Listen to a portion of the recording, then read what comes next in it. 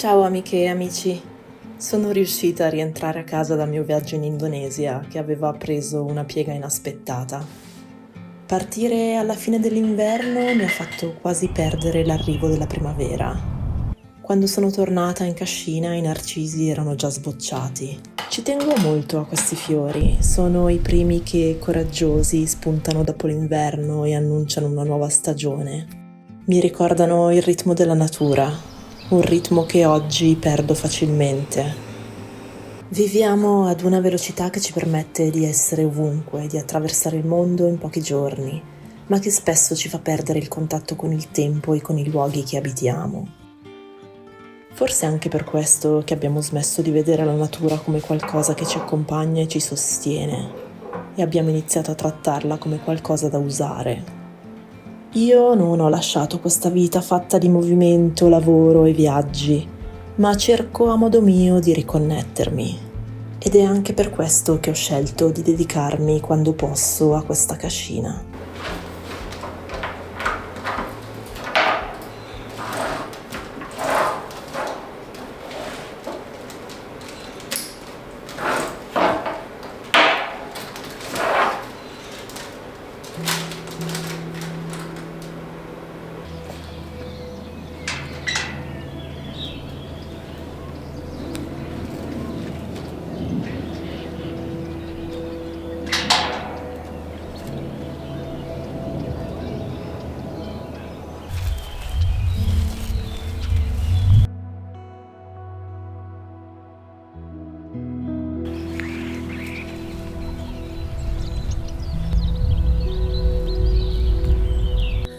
Dato che oggi è la giornata mondiale delle foreste, ho deciso di portarvi con me nel bosco vicino alla cascina.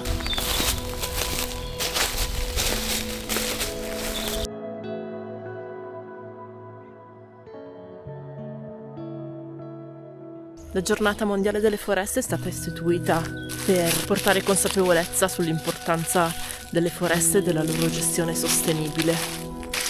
Quando ho acquistato la cascina l'ho fatto anche per riavvicinarmi a questi boschi, che sono i boschi in cui ho sentito il picchio.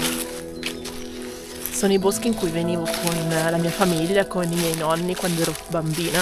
Poi tornando a viverli in modo più consapevole anche in età adulta, ho cominciato a vederli in modo completamente diverso. Dopo anche aver fatto il corso di guida escursionistica, ho anche acquisito degli strumenti per poterli leggere in modo diverso. Qua siamo nell'Alto Piemonte. Queste colline sono nate grazie all'ultima glaciazione che si è conclusa circa 12.000 anni fa. Sono state quindi create grazie all'apporto di materiali, detriti, sabbia e ghiaia che la morena del ghiacciaio ha depositato qua.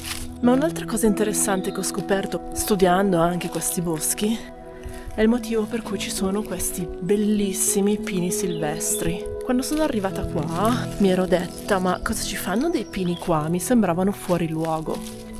Invece ho poi scoperto che in realtà il pino silvestre è una pianta autoctona. Ed è anche una pianta pioniera. Quindi lei cosa ha fatto? Alla fine delle glaciazioni ha colonizzato queste colline che si erano appena formate e ha permesso la rinascita di questi boschi.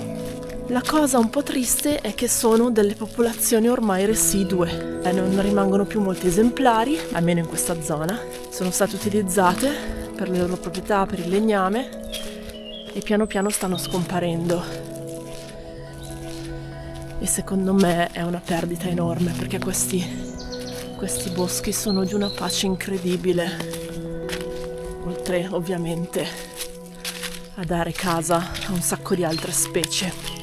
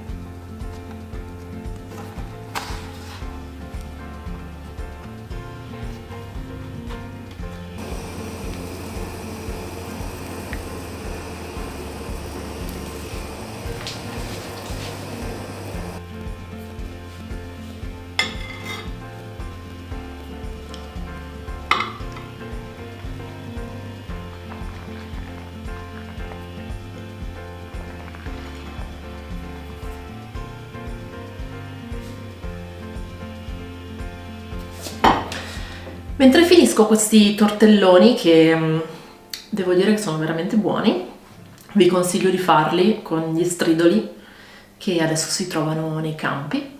Vi faccio vedere qualche foto di com'era la cascina prima della ristrutturazione, dato che qualcuno di voi me l'aveva chiesto in un precedente video. Questa è la cascina dall'esterno, dal lato posteriore. Ancora prima che l'acquistassi c'erano ancora degli alberi.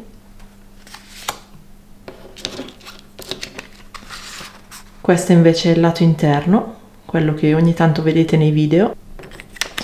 Invece questa è la famosa cucina che vedete sempre nei miei video. Questo è esattamente come si presentava all'inizio. La scala è stata completamente trasformata.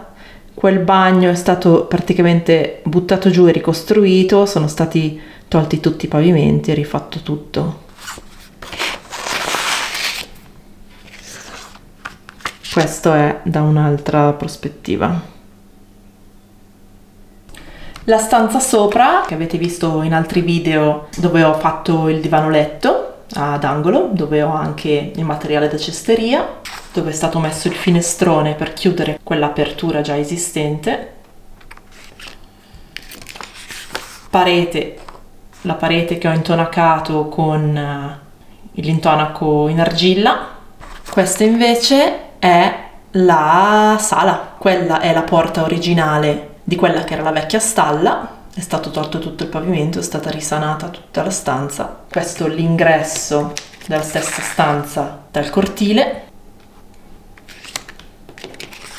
Un'altra visuale della stanza.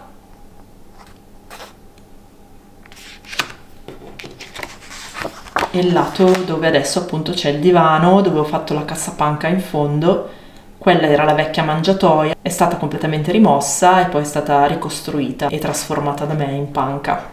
Quindi insomma questo è come si presentava la cascina veramente agli inizi, quando ero ancora ignara di tutto quello che ci sarebbe stato dopo per arrivare alla situazione attuale. Ve l'ho fatto veramente in semplicità, come se foste venuti qua a mangiare i tortelloni con me. Mi spiace che non abbiate potuto assaggiarli veramente. Fatemi sapere se vi interessa conoscere un po' il percorso che ho fatto per la ristrutturazione, diciamo un po' i passi che ho seguito per attivare questa ristrutturazione. Sono stati molto articolati perché ci sono stati tanti avvenimenti in mezzo, ci ho messo 5 anni non per niente. Però se può esservi utile posso farvi un video a riguardo, fatemelo sapere nei commenti, almeno so se può interessarvi oppure no. Se siete nuovi di questo canale ho fatto un video con il tour della cascina, ve lo metto come link alla fine del video e ci vediamo nel prossimo. Ciao ciao!